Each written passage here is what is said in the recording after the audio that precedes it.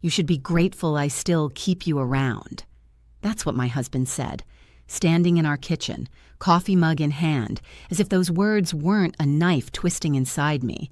I'd heard cruel things before, but never delivered so casually, so coldly. That was the night I stopped waiting for him to see my worth and started seeing it myself. My name is Linda Myers, and I'm 58 years old.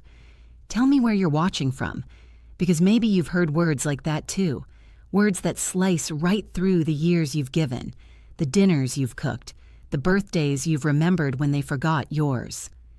I live in a small town in North Carolina where the magnolia trees bloom early and gossip travels faster than spring rain.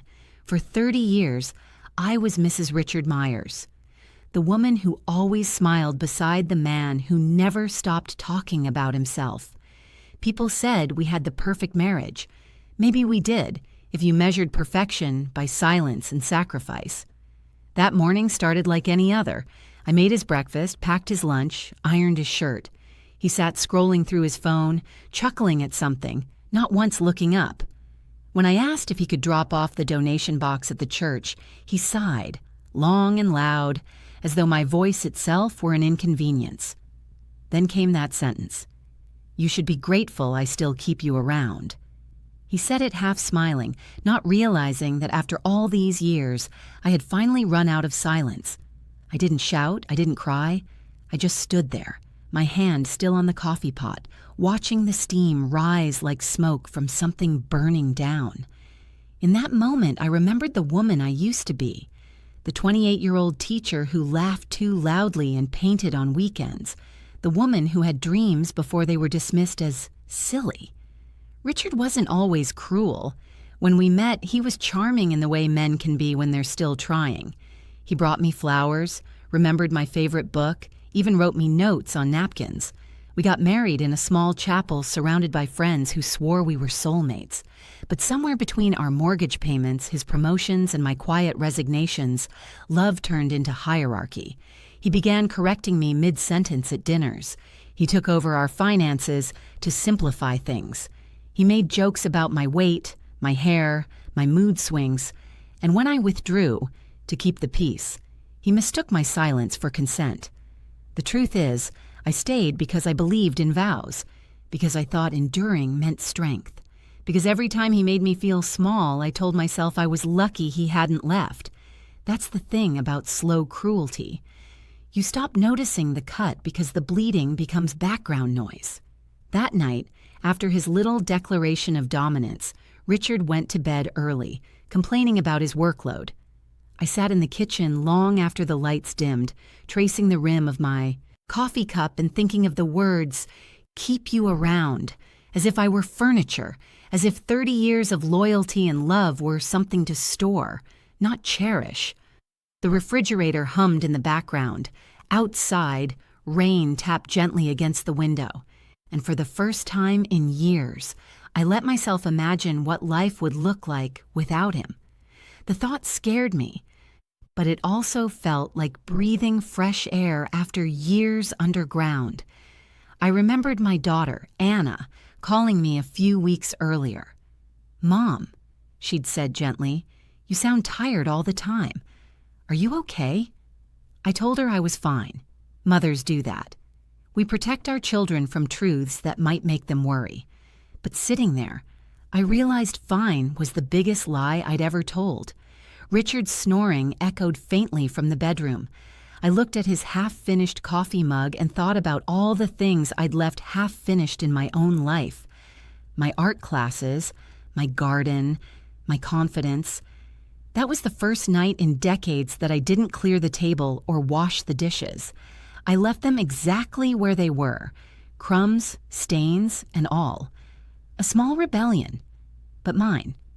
Before bed, I looked at my reflection in the mirror, the lines around my eyes, the gray in my hair. They weren't signs of age. They were records of survival. For years, I had believed his version of me, that I was lucky he still kept me around. But now, standing there, I felt something different rise inside me, a quiet kind of fire. I didn't know exactly what I would do yet, But I knew this. I was done apologizing for existing. I was done shrinking so he could feel tall. And as I turned off the light that night, I whispered to my reflection, softly but clearly, "He thinks he's keeping me. He has no idea I'm already gone." People often think betrayal happens in one grand moment. A discovered affair, a shouted confession, a broken promise that cracks everything open. But sometimes, betrayal is quieter. It happens over years, one small humiliation at a time, until you wake up realizing you've been living with a stranger who calls himself your husband. After that night in the kitchen, Richard acted as if nothing had happened. He still expected breakfast on the table by 7, shirts pressed, socks matched, and I, like I'd done for decades, did everything as usual. But this time, my silence wasn't submission. It was study. I began noticing things I used to ignore, how he'd introduce me at gatherings as my wife she used to teach before she got tired, how his eyes would roll when I spoke about something I cared about, books, art, the little volunteer group at church, how he'd correct my pronunciation just to prove he could. He never raised his hand, but his tone could bruise. Our daughter, Anna, was grown now, living 2 states away with her husband and little boy. She adored her father, or at least the version she'd seen growing up, the provider, the jokester, the man who'd twirl her around the living room on Saturday mornings. I never let her see the nights he came home cold, wordless, irritated at invisible things. I carried that silence like armor, protecting her, even from the truth. Sometimes I'd catch myself defending him to friends. He's under stress. He doesn't mean it. He's just tired. But deep down, I knew he'd long stopped seeing me as a person. To him, I was part of the furniture. Reliable, predictable, replaceable. One Saturday evening, we attended a dinner at his colleague's house. It was one of those glossy suburban affairs. Wine glasses sparkling under warm light. Everyone politely pretending their marriages were perfect. I told a small story. Something innocent about the first year of our marriage, when we couldn't afford air conditioning and used to sleep on the porch to stay cool. Richard interrupted with a laugh that made the room pause. "Oh, don't listen to her," he said. "She's remembering it wrong. She's always dramatic." Everyone laughed politely. I did too, because that's what you do when your husband publicly calls you foolish. But inside, I felt something fracture, not because he embarrassed me, but because he enjoyed it. On the drive home, he hummed to the radio, oblivious, and I sat there staring out the window, wondering how many times I'd let that happen. That night, I found an old journal buried in a drawer, the kind I used to write in when I was younger. The pages smelled faintly of lavender and ink. I started writing again, quietly at first. A few lines before bed, thoughts I couldn't say out loud. What began as whispers turned into confessions. I miss who I was. I want my life back. He doesn't love me. He owns me. The words terrified me, but they also made me feel alive again. It was as if I was remembering myself sentence by sentence. Weeks passed. The house stayed clean, dinners cooked, smiles rehearsed. But my heart wasn't on autopilot anymore. I began noticing small inconsistencies in Richard's stories. Business trips that didn't align with his calendar, late nights at the office followed by evasive explanations. When I'd ask innocent questions, he'd sigh dramatically. "For God's sake, Linda, you're paranoid. You don't understand how work works." And I'd nod, as though his condescension were wisdom. But something in me was changing. One afternoon, while folding laundry, I found a receipt tucked in his pants pocket. A jewelry store, dated 2 months prior.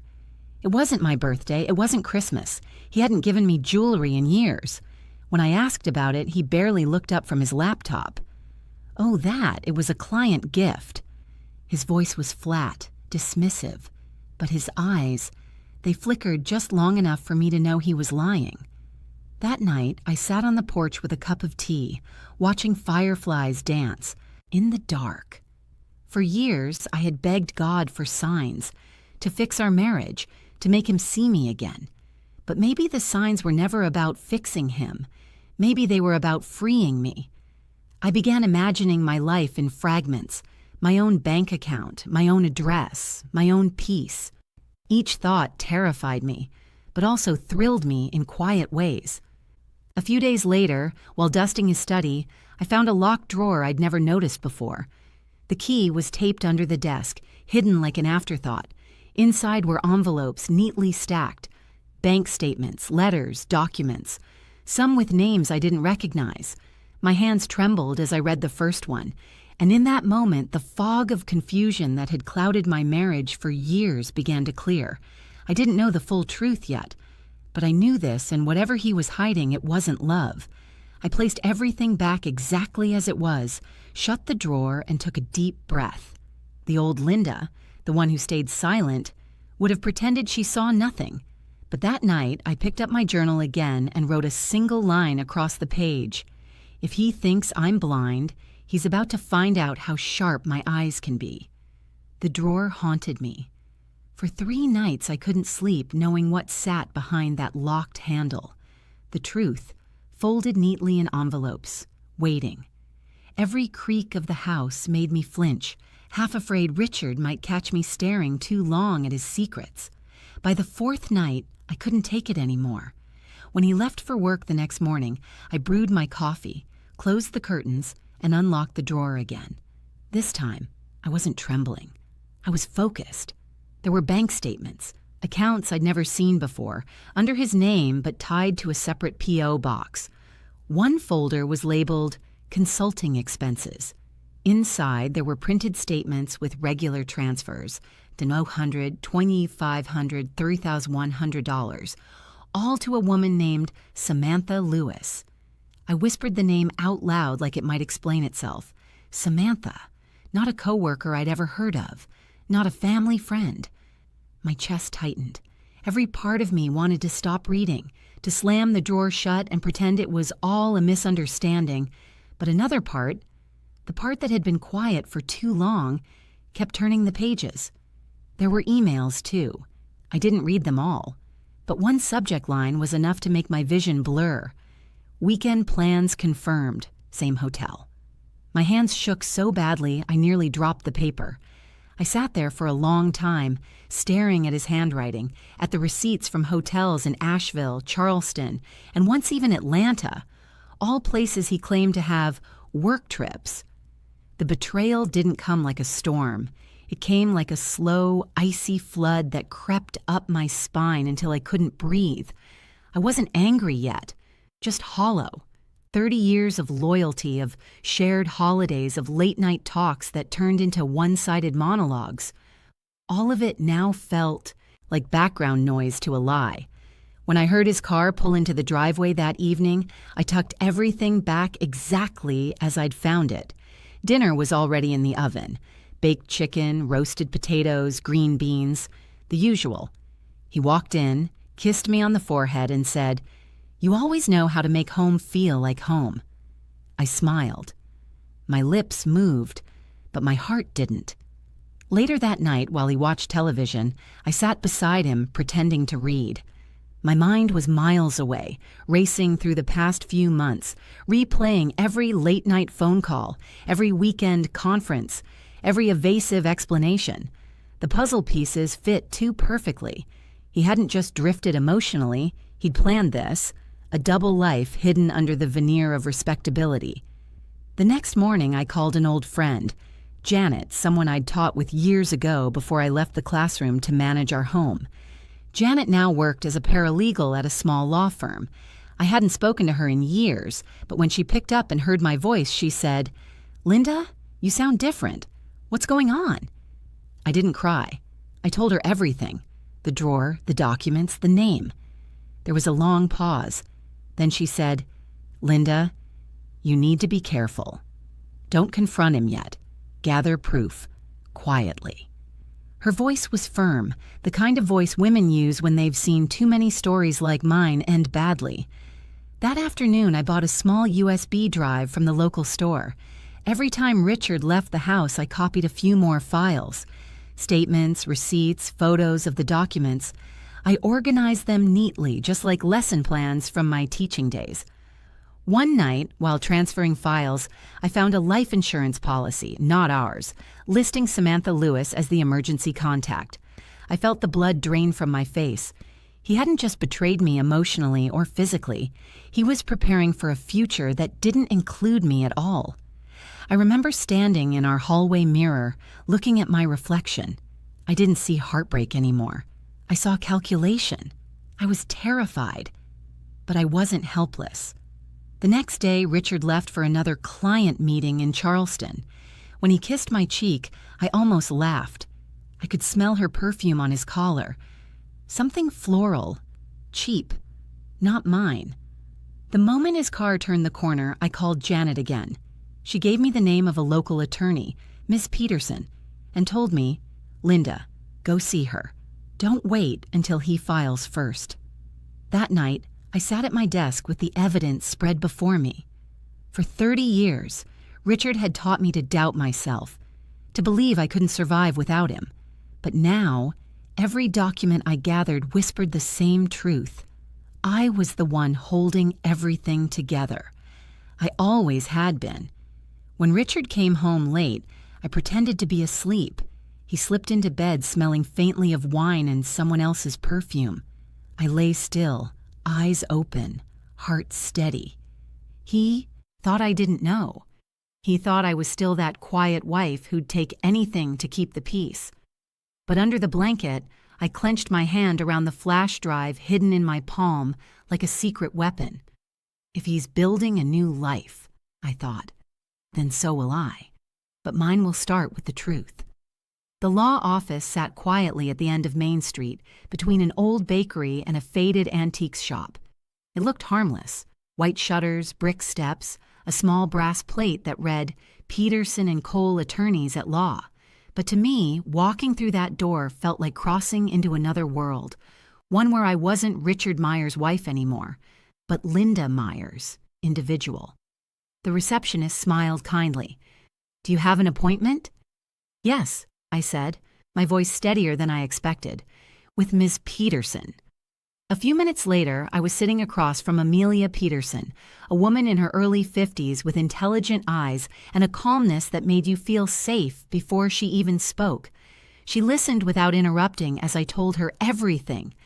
30 years of control, the condescension, the drawer, the emails, the money. When I finished, she folded her hands and said softly, "Linda, you've been preparing for this for years. You just didn't know it." I stared at her. "Preparing?" "Yes, you've been surviving, enduring, paying attention. That's what strength looks like. It just wears a quieter face when you're still inside the storm." Her words broke something open inside me. I nodded, blinking fast to keep the tears from falling. Ms. Peterson explained what needed to happen next. Gather all financial records, both shared and hidden. Copy every document before he notices anything missing. Stop using the joint bank account. And above all, don't confront him yet. "Richard sounds like a man who values control," she said. "If he senses he's losing it, he'll get defensive, maybe even dangerous. You need the element of surprise." I sat there clutching my purse like a lifeline. How do I even start? She smiled. "You've already started. Now let's finish what he began." When I left her office, the air outside felt sharper, cleaner. The magnolia trees that lined the street swayed in the wind, and for the first time in years, I noticed how beautiful the day was. That evening, I waited until Richard fell asleep before pulling out the USB drive again. I organized the files into folders, labeling each one carefully. Bank accounts, travel receipts, life insurance, emails. Each folder felt like a piece of armor being fastened around me. Over the next few weeks, my life became a quiet operation. By day, I played the part, the pleasant wife who asked about his meetings, who smiled at neighbors, who kept the house spotless. By night, I gathered documents, photographed files, and met discreetly with Ms. Peterson and Janet, my friend from the law office. The three of us formed a secret rhythm, quiet women with a shared purpose. Sometimes I'd sit across from Ms. Peterson as she reviewed everything, her pen tapping gently on the desk. "You're in a better position than you think," she said once. "He's been careless. You've been patient." Richard, meanwhile, was too arrogant to notice the shift. He came home later each week, offering vague excuses. He'd pour himself a drink, talk about business expansions, and tell me how lucky I was to have a man like him. "Most women your age are lonely," he said one night, swirling his whiskey.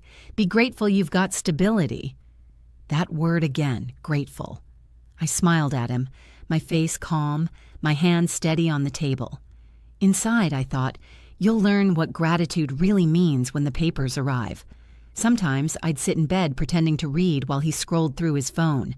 The glow of the screen lit his face, and I wondered if he was texting her. Samantha. I used to feel pain at the thought. Now I just felt clarity. One night, as he slept, I stood by the window looking out at the streetlight flickering through the blinds. My reflection stared back at me, older, yes, but unbroken.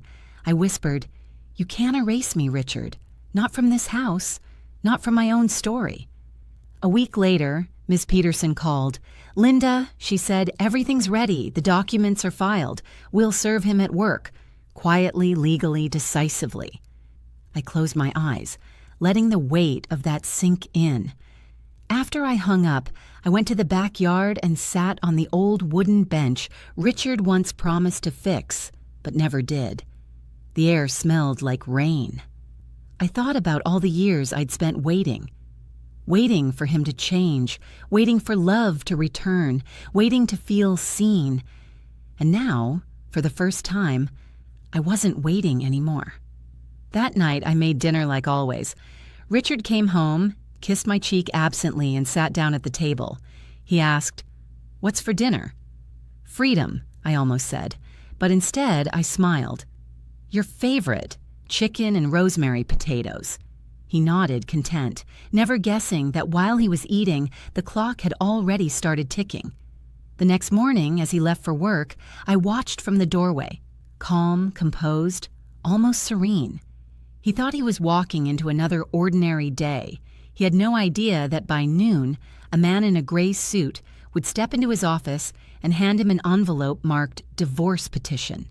And when he opened it, the life he thought he controlled would start unraveling, one signature at a time.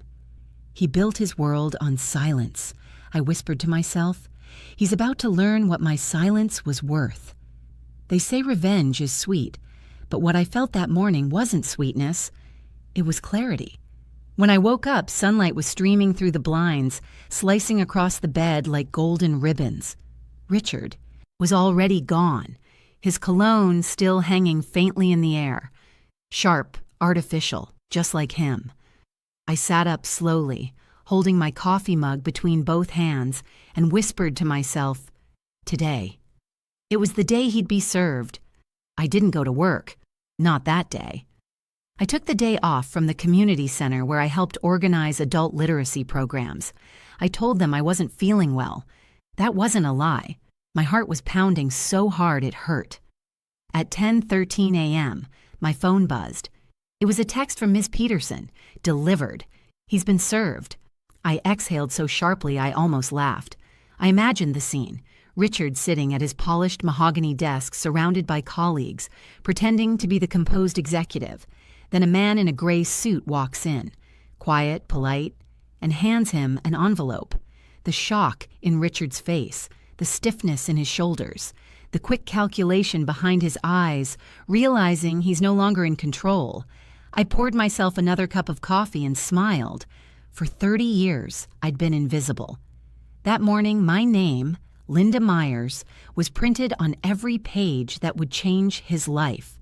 It took less than 20 minutes for him to call. "Linda!" His voice cracked through the phone, sharp as broken glass. "What the hell did you do?" I took a slow breath.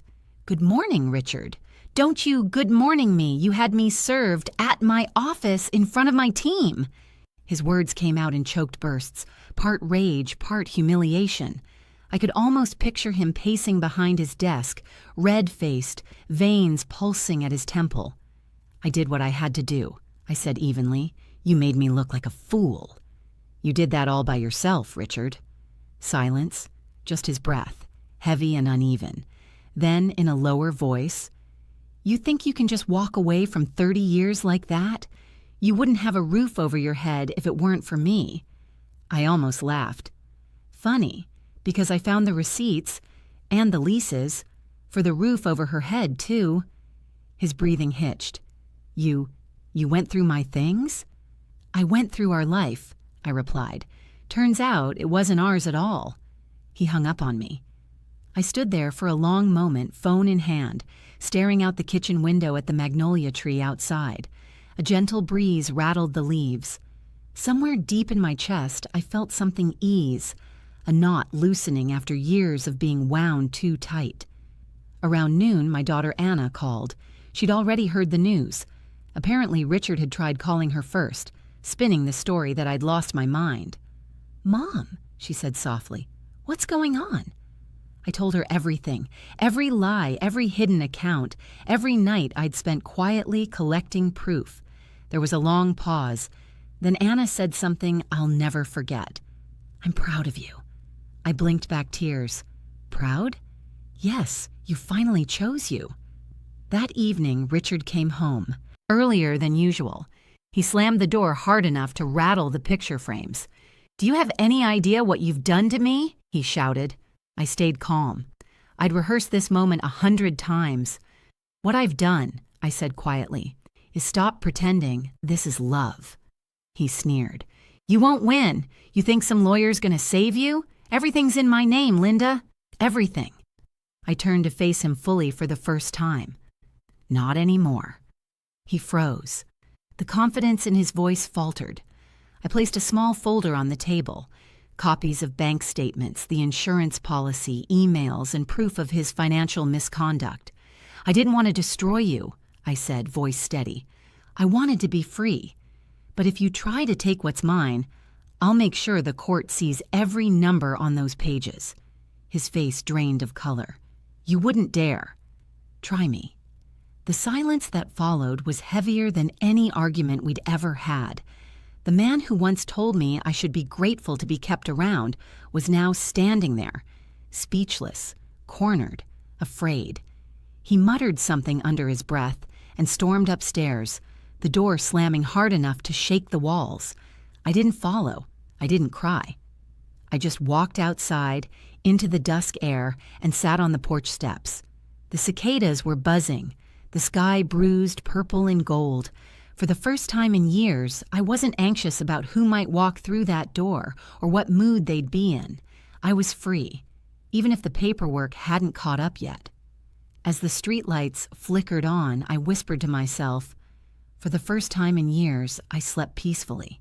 Not beside him, but beside my own courage. The courthouse smelled faintly of coffee and floor polish, that blend of nerves and authority only such places have.